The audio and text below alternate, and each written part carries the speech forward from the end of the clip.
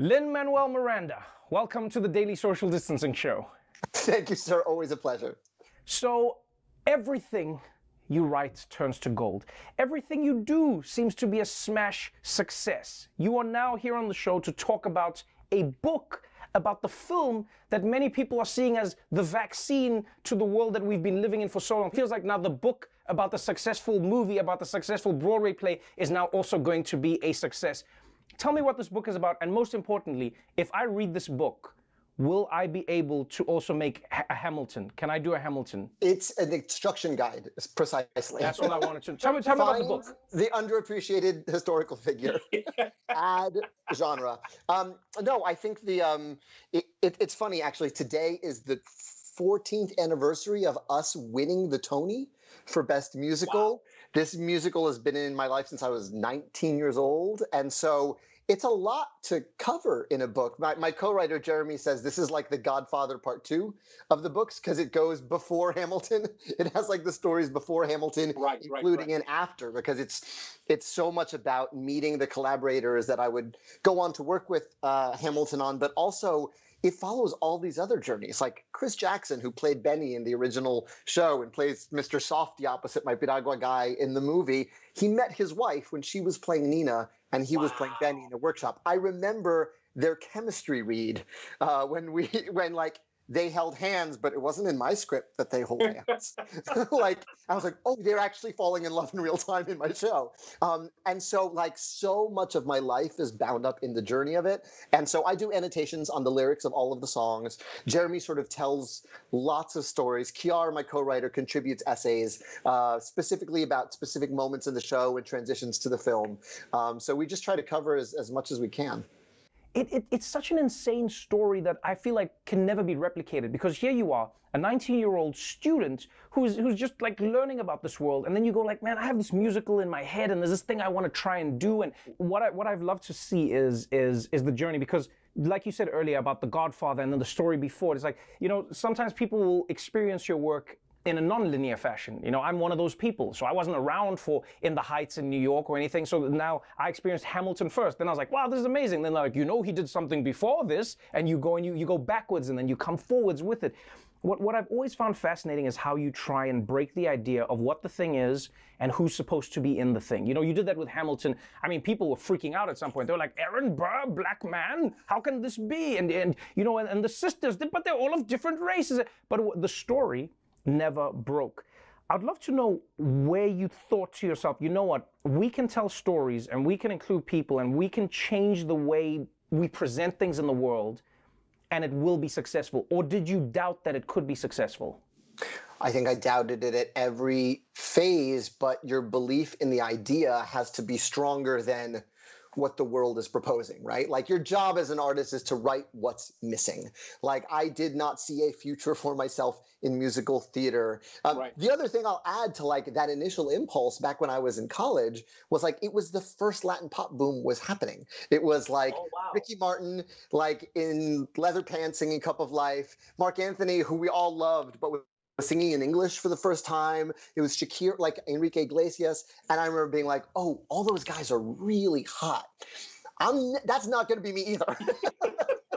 Like, again, there is another lane that is not open to me. So again, it's about like writing what's missing.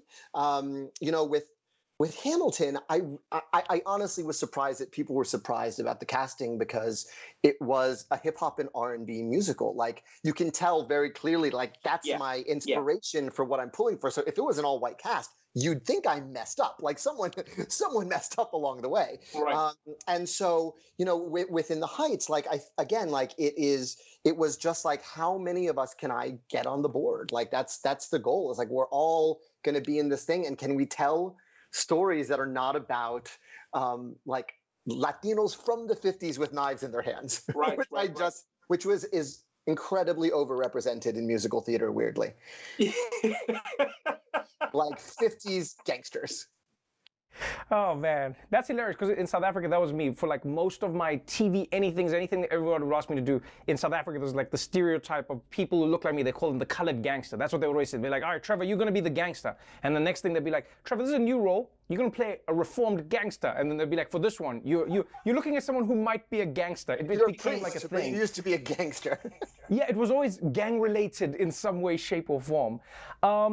Even though you are somebody who's always challenged these things, even though you've always strived to write people in and create these stories, you haven't been immune from criticism. And what was really interesting and beautiful to me was your response to some of the criticism that you got for In the Heights in terms of colorism. You know, some people said, hey, Lin, we love your work.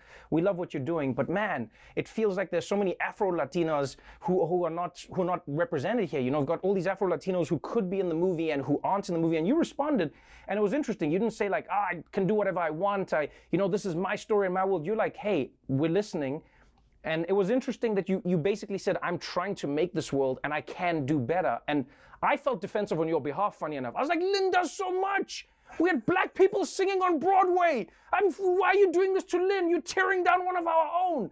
But I honestly would love to know how you approach that criticism and what you think you could do better because you responded to it so meaningfully. Yeah, well, again, like I can't legislate how people feel. Like, again, all I want is for this neighborhood to feel seen. And if there's a segment of it that doesn't feel seen and they're saying that, like you have to acknowledge that and let it in. And, all I can do is learn from it and promise to do better. And again, there's so much Afro-Latinidad in the movie. The beef really was specifically dark-skinned Afro-Latinos in leading roles, in those leading principal roles, and like why can't in this movie, and I totally understand that, and I receive it, and I just have to do better on the next one. But again, like that is, we took so much love and care and filmed on location, and so like I'm happy to like take the learning from it and bring that to the next one, and also hold space to be proud of this thing we made that has been half my life. So like I have to be able to hold both those things because they're both true. Like you are hearing from this community that feels underrepresented, that is hurting. It's a paradox, yeah. And like we made this thing and I'm proud of this thing and we don't get to make things like this much. So like I have to just be able to hold it all. As a creative, I wonder if that is something that becomes just a space that's occupied in your mind, or does it become a burden, or how do you prevent it from becoming a burden? Like how do you live in a space where you go, no, I'm always trying to tell the best story. I'm always trying to have everybody involved, but I'm not trying to be like, specific about like, you need to be involved because I'm trying to paint a certain type of color. How do you do that as Lin, or do you think it's just naturally a learning for you as a person? I think it's naturally learning for me as a person. I think that one of the things I've learned, and I learned this in Hamilton, and I learned this with Heights, and you learn it because of the success of the thing. Like, that's also the thing. Like, I'm incredibly lucky and privileged to even get to make things for a living. I was a substitute teacher for half this book. Like, that was most of the time. But I also think that, like, there's a reality of, like, when you make something, you're creating a frame. And the folks who are not in that frame are going to tell you, hey, we're not in the frame. And so you have to acknowledge that and go, and the next time I make a frame, like, keep that in mind. And that's sort of all you can do, like, as you move from thing to thing. One of the most beautiful explanations I got was from one of our writers, and she said to me, I was like, we were talking about this whole thing, and she said to me, what's really interesting here, Trevor, is I don't think anybody is angered at Lin because they think he did something. I think it's because they know he's the one person who will listen. Because for so many Afro-Latinos, they've lived in this world where, whether it's Telemundo or Univision or like any of the telenovelas, there's a certain the telenovelas are exactly. It's like, this is what Latino looks like, and it cannot be anything else. And they were like, but Lin is the one person who will hear, and Lin is the one person who will listen. And that was a beautiful thing for me to understand. That means the world to me, honestly, because I am listening, and I do want to do better with each project, and I want to just keep having at bats and having the chance to prove that. Hey man, I'll tell you now, I will support you all the way. We keep putting you at bat. You keep hitting that thing out of the park. We make more, we enjoy more, we create more, and we celebrate you every single time. Thank you for being here, my friend. Thank you. It's my pleasure. Good luck for the rest of the movie. Good luck for the book. And yeah, man, I hope I'll see you at my Hamilton Part 2. I'm just going to find who the person is that like no one really knows, underrepresented, but like that historical figure. I'm just going to use all your notes. Berg went to Mexico and tried to become emperor there. There is a story there. I don't know that I'm gonna find. Maybe I'll find Desmond Tutu. I've got it.